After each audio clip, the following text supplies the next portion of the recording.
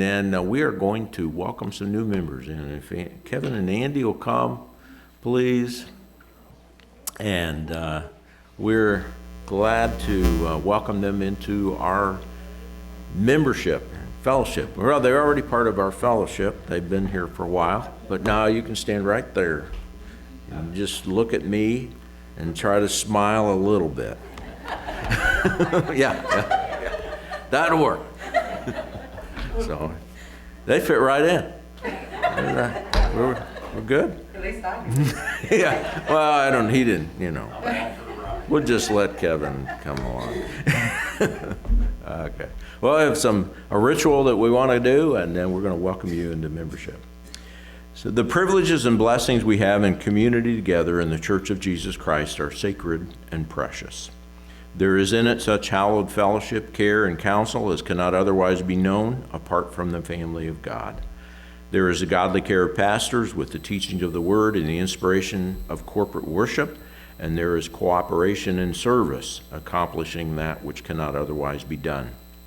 Today we affirm again the agreed statement of belief for the Church of the Nazarene.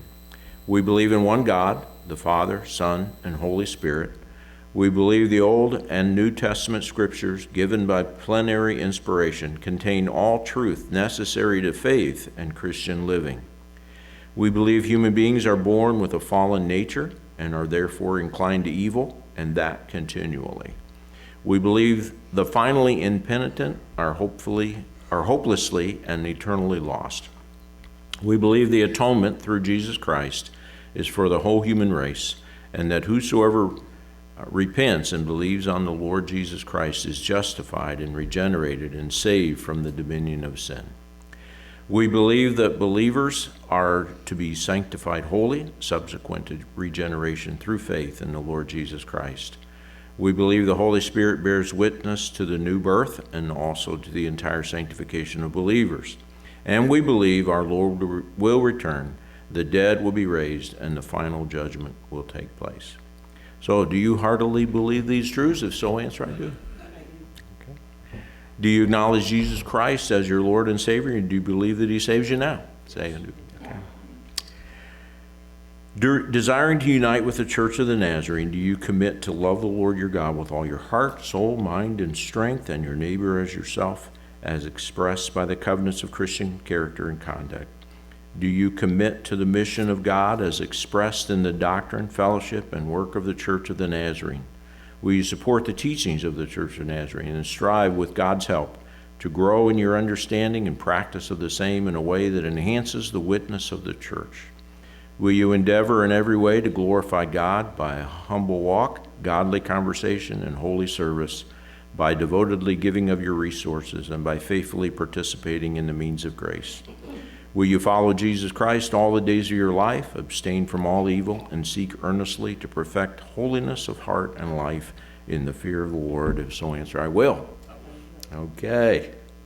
I can see she's still processing all that. We went over all of this before, though, so it's still a lot to process. Well, anyway, guys, thank you. We are so glad. Stand with me for prayer. We'll begin our service this morning, okay? Dear precious Father, we do thank you for the love that we sense and know and share together as your family. And Lord, we thank you for some new members to be a part. But Lord, we just pray that you would move in our midst this morning, accomplish your will in our hearts, help us to sense your presence. And we just give you the praise for what you do and accomplish. In Jesus' name, amen. Please remember.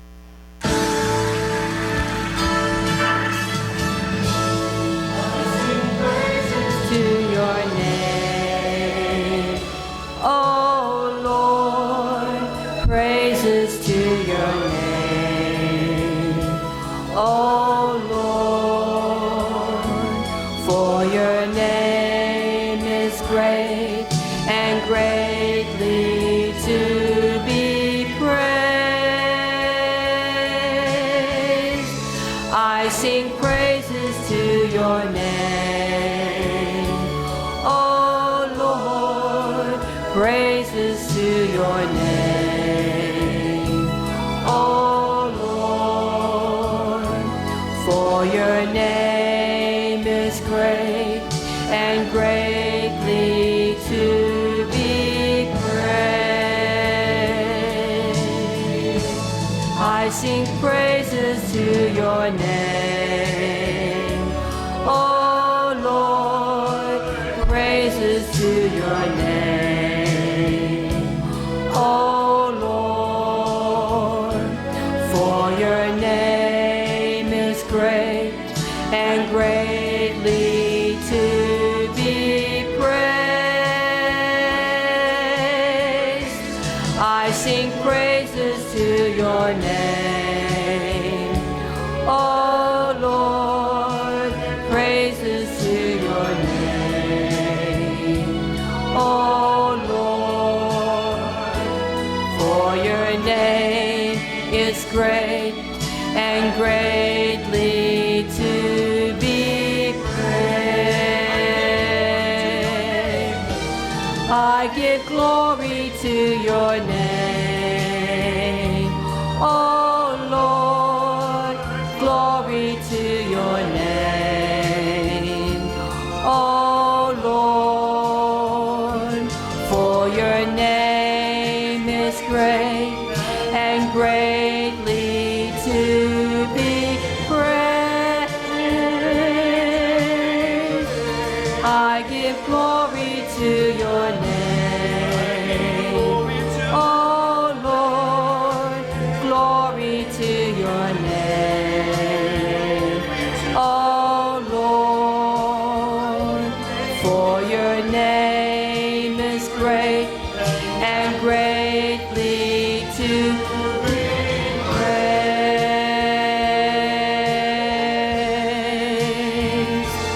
For your name is great and greatly to be praised.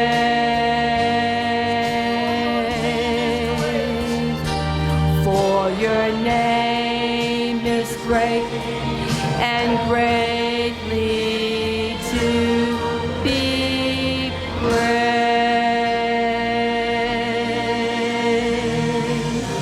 Amen. You may be seated. Living for Jesus, or I've anchored in Jesus. That's even better. Okay.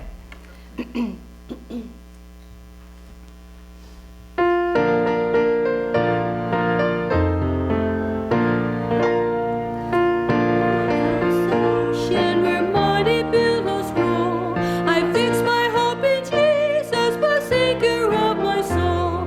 When trials feel to assail me and storms are gathering o'er, I rest upon His mercy, trust Him more. I've anchored in Jesus, the storm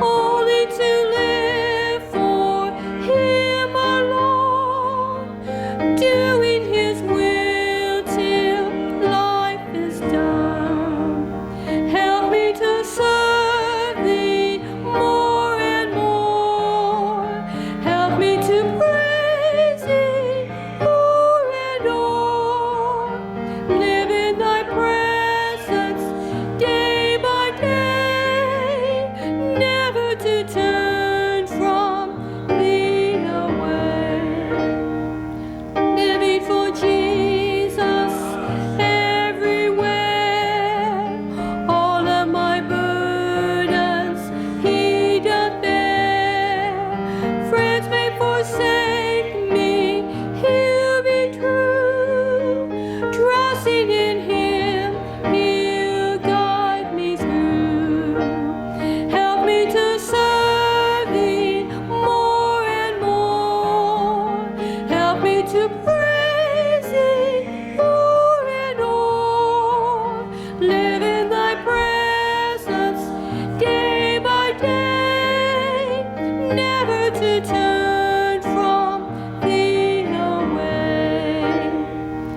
Living for Jesus till at last into His glory I have passed, there to behold Him on His throne, hear from His lips, my child, well done. Help me to serve Thee more and more. Help me to praise Thee more and more. Live in Thy presence day by day, never to turn from Thee away. Let's all stand for the scripture reading.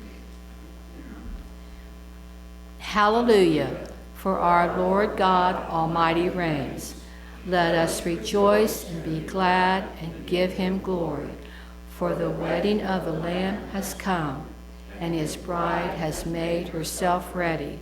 Fine linen, bright and clean, was given her to wear.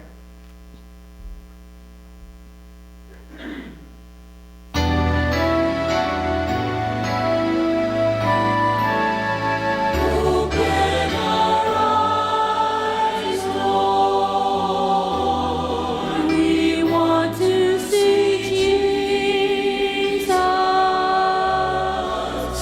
to reach out and touch Him and say that we love Him. Open our ears, Lord, and help us to listen. Open our eyes, Lord. We want to see Jesus.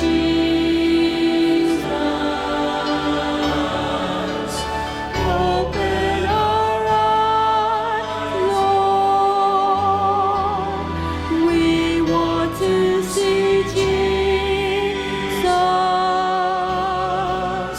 to reach out and touch Him and say that we love Him. Open our ears, Lord, and help us to listen. Open our eyes, Lord. We want to see Jesus.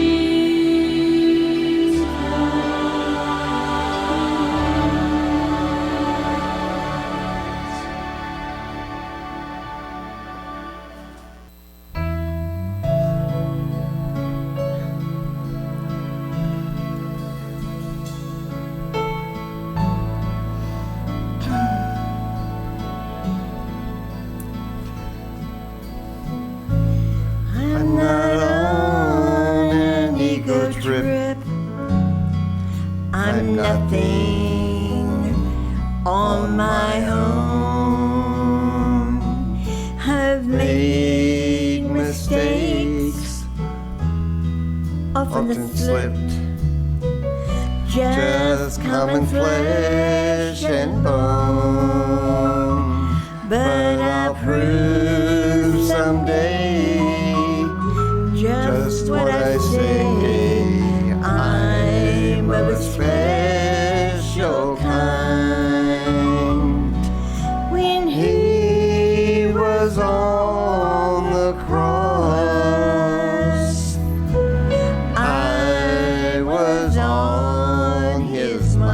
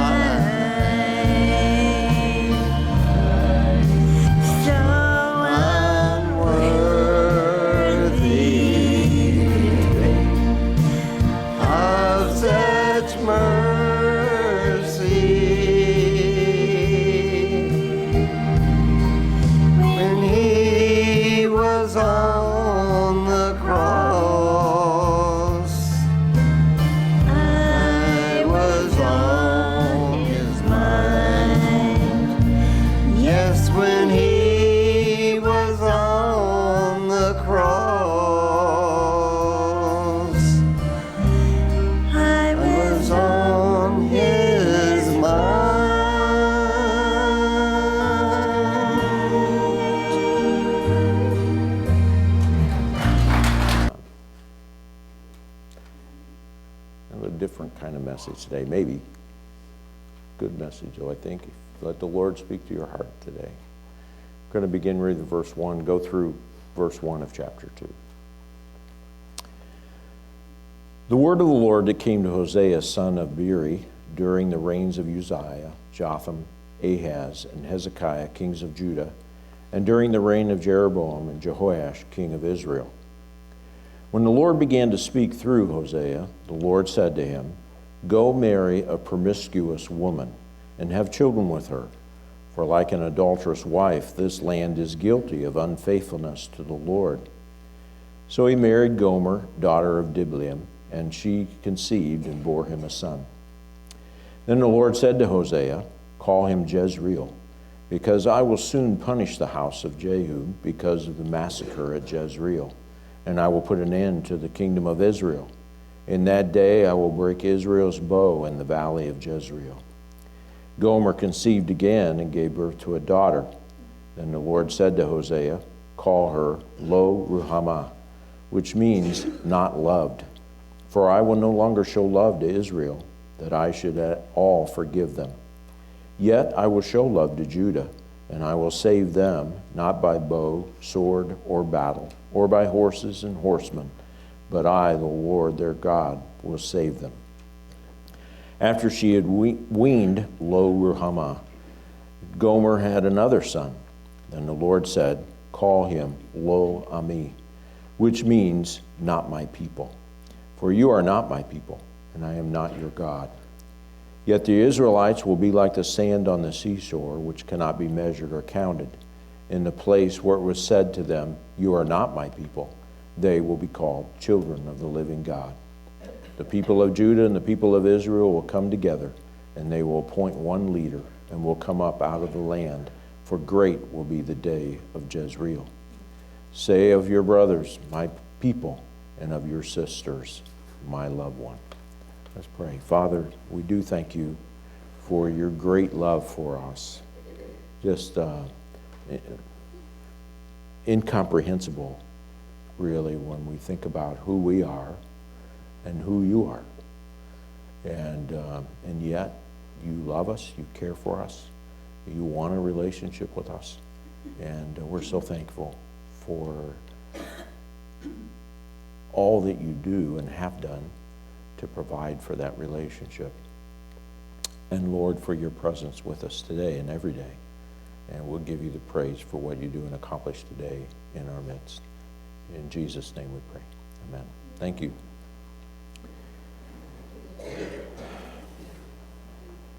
One of the problems with being an Old Testament prophet was not only how difficult the message was that you were delivered, but sometimes how the Lord asked you to deliver it. God often asked the prophets to illustrate the message that he was to bring to the people of Israel or the people of Judah by things that were controversial, sometimes things that would bring them a lot of ridicule from the people. And Hosea is one of those prophets. It's believed that Hosea was a priest, and because he was a priest, God was asking him to do something that priests weren't permitted to do. That was to marry someone who was not a virgin. And that's why some say that Hosea didn't know at the time that she wasn't a virgin, or that she was a promiscuous woman, that Gomer was a promiscuous woman, but that God had just said, "Hey, go marry Gomer," and he got married, and then all of a sudden, hey, surprise, she's a promiscuous woman, she's an adulterous woman, and of course that broke Hosea's heart. They believe, only Jezreel, the very first child that is mentioned here, the son, was actually Hosea's, and the other two belonged to somebody else that she had because of some kind of an adulterous relationship with somebody else.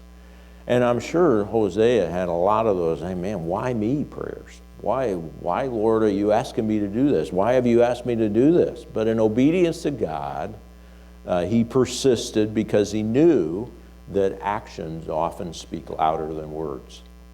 He knew God was using his marriage to illustrate the unfaithfulness of Israel toward him and his relationship with him. His people had been committing spiritual adultery for years. Just as an adulterous woman jumps from one man's bed to another, Israel was jumping from one idol to another, and God's heart was broken by what they were doing. And when Hosea married Gomer, I would think he had dreams of her loving him and her being faithful to him and everything that's supposed to happen in a marriage, but she wasn't faithful to him. And Hosea had to give up on those dreams of her faithfulness and her committed love to him. Well, when God entered into a covenant relationship with Israel, he had those same dreams. He dreamed of a people who would love him, of a people who would be faithful to him, but that didn't happen. God was now finding, at least in the northern kingdom of Israel, whom Hosea prophesied against, he was finding in the northern kingdom of Israel that he had to give up on those dreams of having that relationship with them. Things had gotten so bad that he said, I'm going to destroy this nation. They're no longer going to be a nation again. Things had just gotten that bad. Well, in spite of that, Hosea's message doesn't center on God's wrath toward these people, but on God's love and on God's faithfulness to them. And his dream was still to be able to sometime restore that relationship that had been broken. God still loved them in spite of everything that they were doing.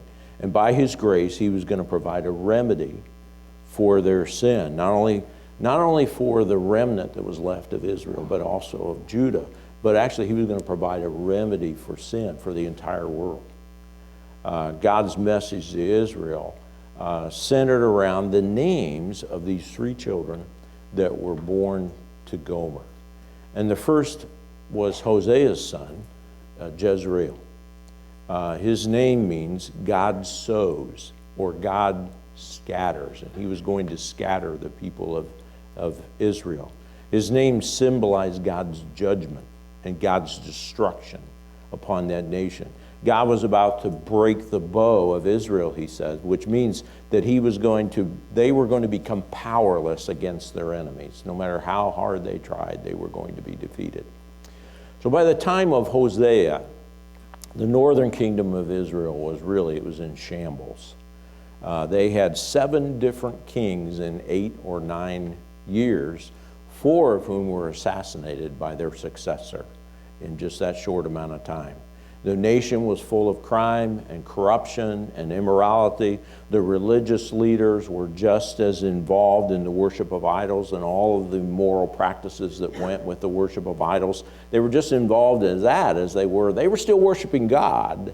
They were still going through the motions of worshiping God, but they were worshiping all these idols and doing all of those things as well. And because of the worship of idols and the fertility cults there in that land, family life had broken down. The orgies connected with fertility cults turned many Israelites into drunkards, and many of the women became sacred prostitutes.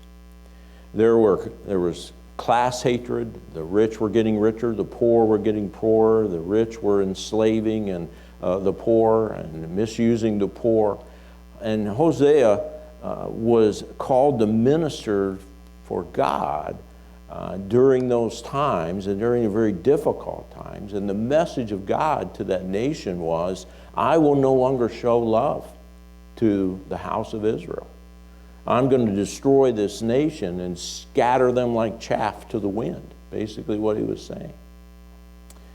Well, the second child born to Gomer was not Hosea's, but was conceived in adultery. And God told Hosea to name this girl Lo Ruhamah, which means not loved, or not favored, or she who is unpitied.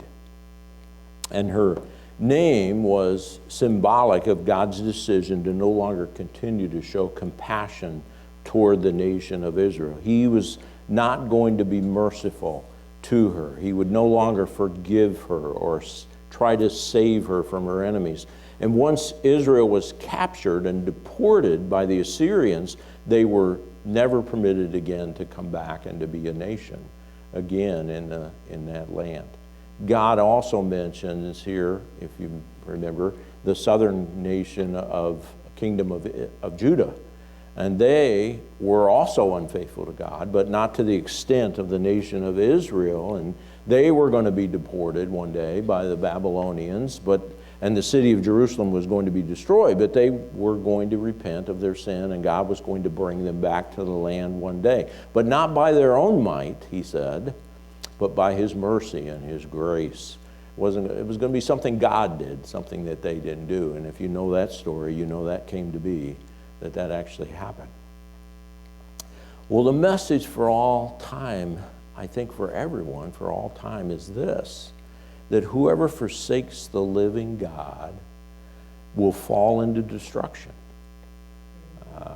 They are not going to be able to count on God to deliver them in their times of trouble. We need God.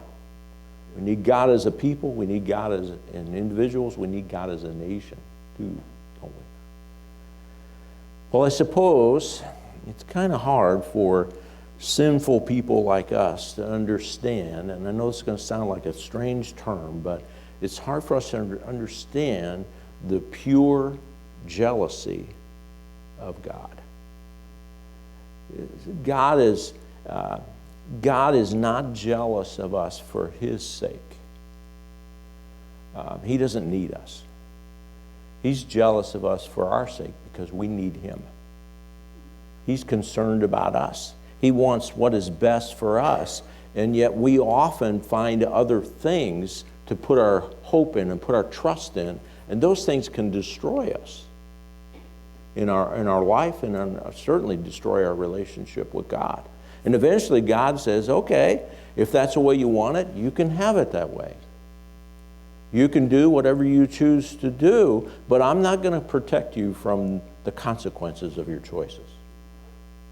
Whatever happens, happens. And when we set our eyes on the lowly things of this world, we become blind to how destructive those things can be to us. We are also prevented from seeing the wonders that God has prepared for us. Sin prevents us from receiving the blessings that God has for us. And it's hard for sinful people like us to understand the perfect, pure, radiant God having this burning passion for people like us. He loved me, went to the cross for me. What? For me?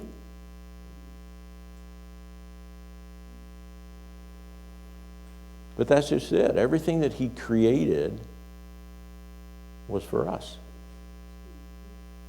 It wasn't for him. It was for us. We were made to dwell in God's holy presence and for his Holy Spirit to dwell in us. We were made to have a relationship with him. We were made to walk and talk with him as Adam and Eve did in the Garden of Eden in the cool of the day, sharing with him from the very depths of our heart. We were made for that kind of a relationship with him. And that's the reason he made us in his image.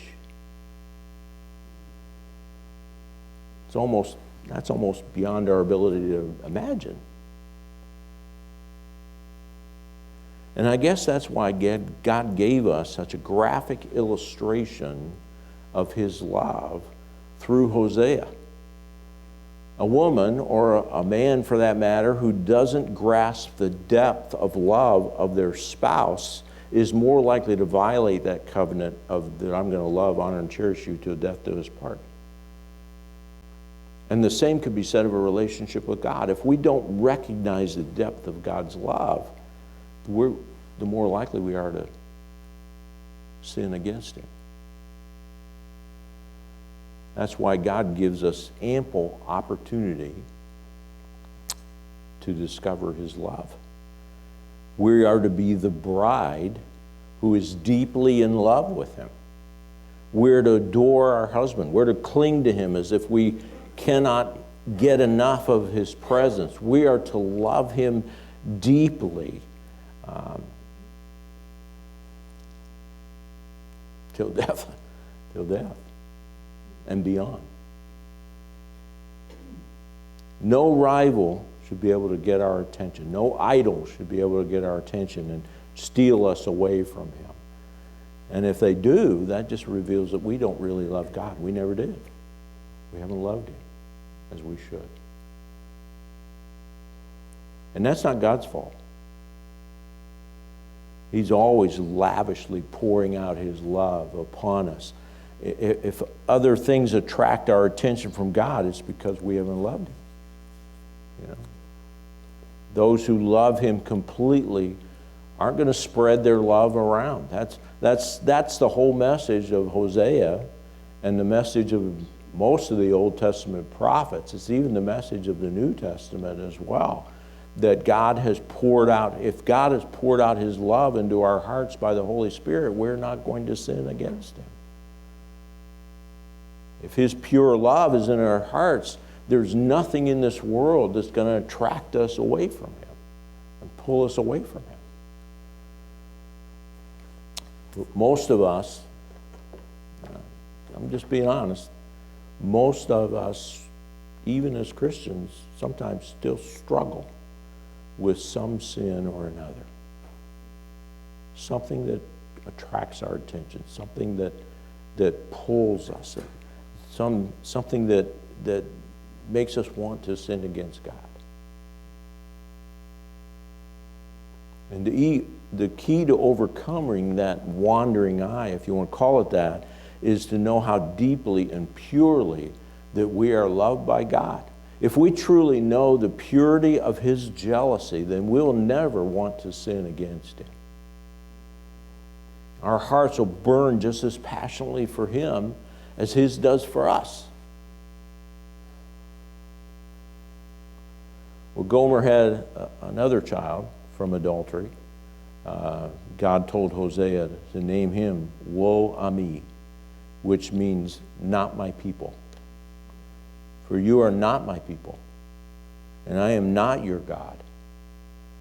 Those are horrible words of judgment. But they're also words that reveal the deep pain that was in God's heart because of Israel's sin. Now, true, God knew that this was going to happen. He prophesied. God told through Moses centuries before this, back in Deuteronomy chapter 21, that this was going to happen. But just because He always knew that it was going to happen didn't take away the pain of a heart that had been broken. Sin, from the very first sin in the Garden of Eden, and every sin ever since, all the way up until today, always pains the heart of God. And so the Assyrians came, as they were predicted, they ransacked and looted Israel. They deported large segments of the population and brought in foreigners to intermarry with the ones that were left until the northern kingdom just completely lost its identity. By the time of Jesus, the Samaritans were a despised melting pot of people. A once holy people had ceased to exist. Because God doesn't take adultery lightly. It's hard for us to imagine God as brokenhearted, isn't it? I think it is. We often see Him as some unemotional or emotionally untouchable deity that lives in some grand and glorious fortress someplace where nothing can penetrate and hurt Him at all, and is impervious to any kind of pain or even a betrayal. But God gives us a different picture in Hosea and some of the other Old Testament prophets. Our lack of love for Him can grieve Him. Our unwillingness to love Him wounds Him deeply. And as He often says in Scripture, I am a jealous God. His love for us wants the best of what He has for us, and when we reject it, that grieves Him.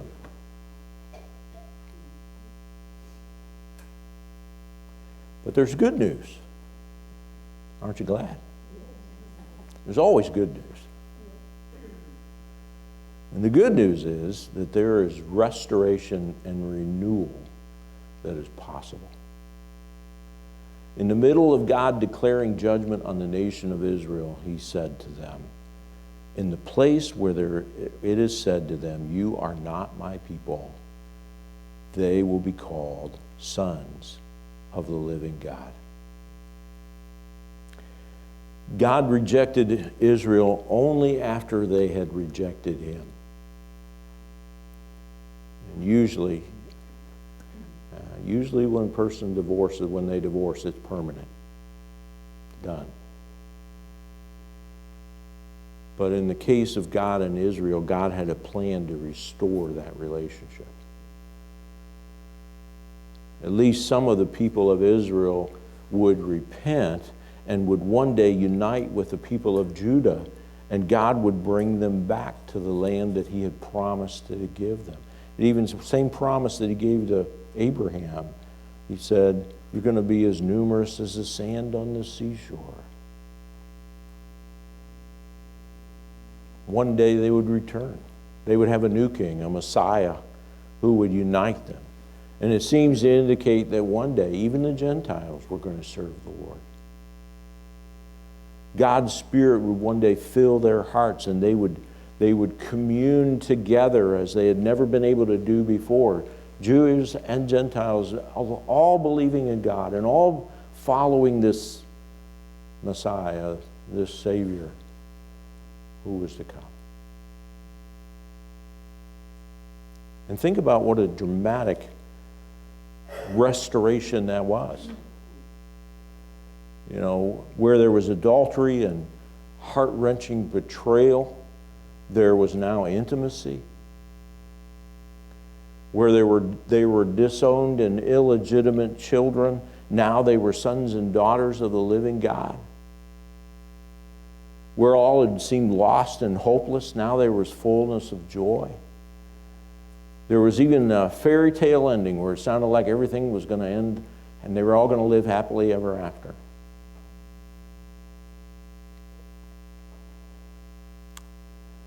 The good news is that no matter how depraved our world may become, forgiveness and salvation are always possible. Jesus came to do what we cannot do for ourselves. He came to make it possible for our sins to be not only forgiven, but erased. He came to provide the way for us to live in a right relationship with God that is free from sin.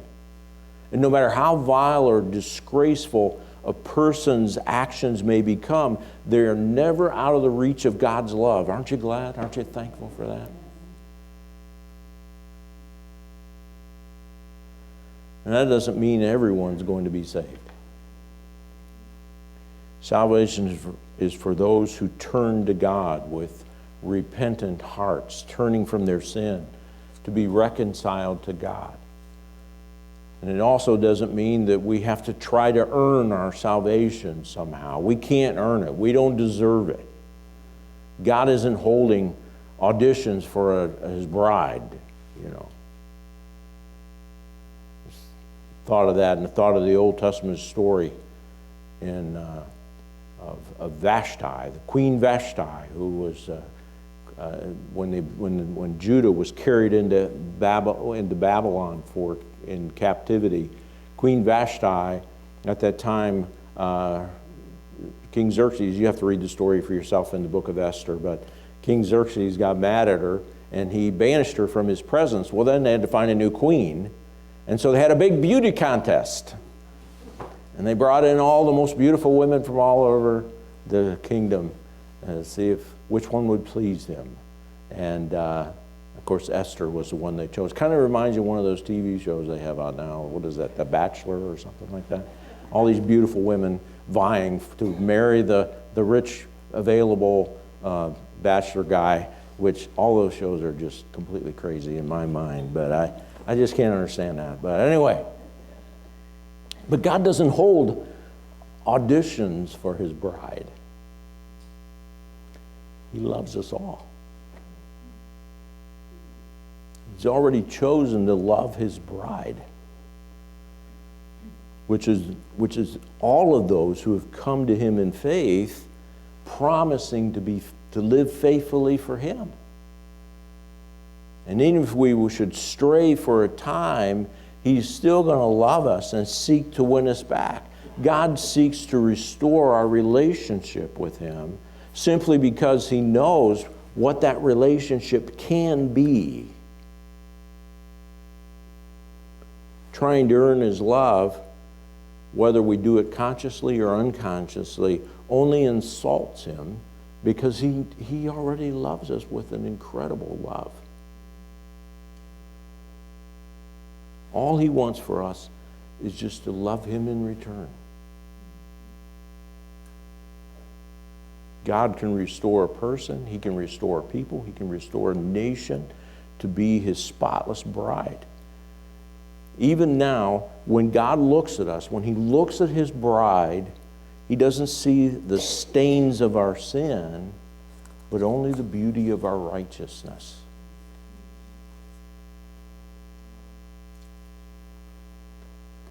And that's how we should see one another as brothers and sisters in Christ. As those who've been washed pure and white in the blood of Jesus Christ, the Lamb of God, who takes away the sin of the world. If you've accepted Jesus Christ as your Savior and turned away from your sin to follow God, then you are the beloved bride of Christ. You are a child of God. You're a part of the family of God.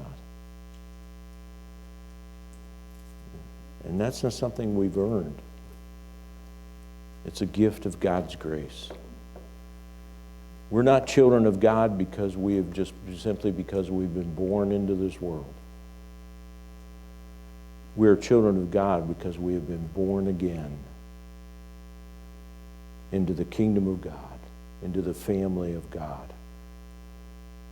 And we're to live like that means something to us. Does it mean something to you?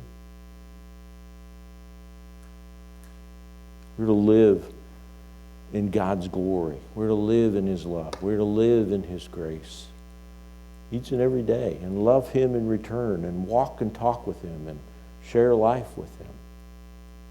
And if you haven't accepted his salvation that Jesus purchased for you on the cross, then God invites you to respond to his love. Now is the time to turn from our sins and begin to live in a relationship with him. And you'll be glad you did. If you haven't, you'll be glad you did. I promise you. You'll be glad you did. In this life and in the life to come, you're going to discover that he is able to satisfy the very deepest longings of your heart.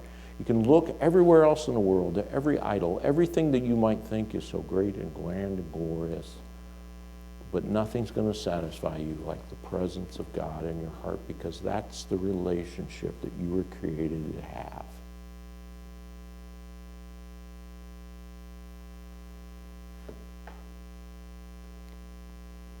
Do you have that relationship? Stand with me, if you will. We're going to close with a song, As a Deer. And it's from Psalm 42. The psalmist finds that his soul is just thirsty for God. And the only thing that's going to satisfy that thirst he finds is his hope that he puts in God. And that's what this song is about. And that's where we're going to find satisfaction for our souls and our hearts, is in our relationship with him, the God who created us to live in that relationship. So let's sing this song together. And the altar's open if you feel you should come to pray, if God has spoken to your heart today. So.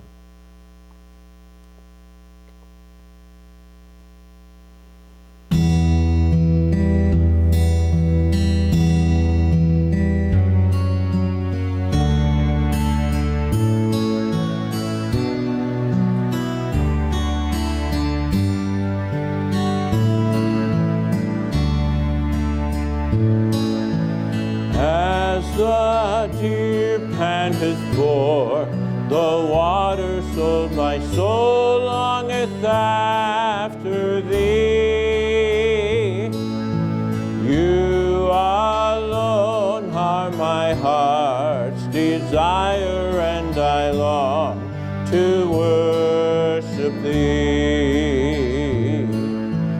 You alone are my strength, my shield. To you alone may my spirit yield. You alone are my heart's desire, and I long to worship thee. You're my friend, and you are my brother, even though you are a king. I love you more than any other, so much more than anything. You alone are my strength, my shield. To you alone may my spirit yield.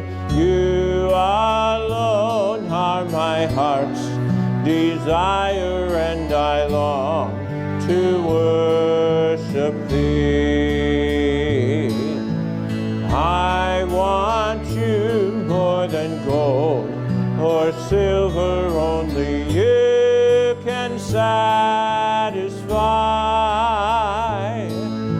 You alone are the real joy giver, and the apple of my eye. You alone are my strength, my shield. To you alone may my spirit yield. You alone are my heart's desire, and I long to worship thee. You alone are my strength, my shield. To you alone may my spirit yield. You alone are my heart's desire, and I long to worship thee. You alone are my heart's desire, and I long to worship thee.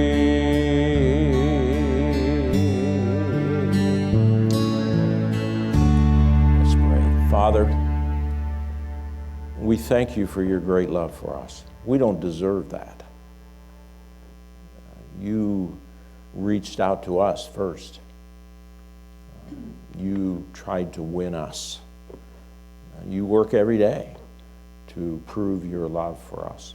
You lavishly pour out your love and provide for our needs every single day. And Lord, help us to recognize that it's not the life that we live is because of your grace and your love and your mercy and your desire to live in relationship. And Lord, we pray that you would help us to seek you and to know you and to live faithfully for you each and every day, and not allow other things to distract us from that relationship that you want to have, that you desperately want to have with us.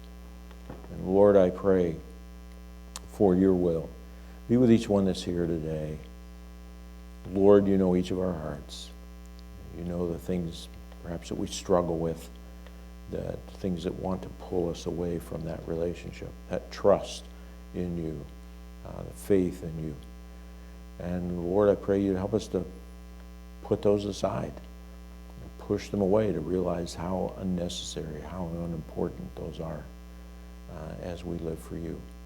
And so Lord, just accomplish your will in our lives and our hearts, and use us for your purpose too, that we might be a witness to others of your love and grace.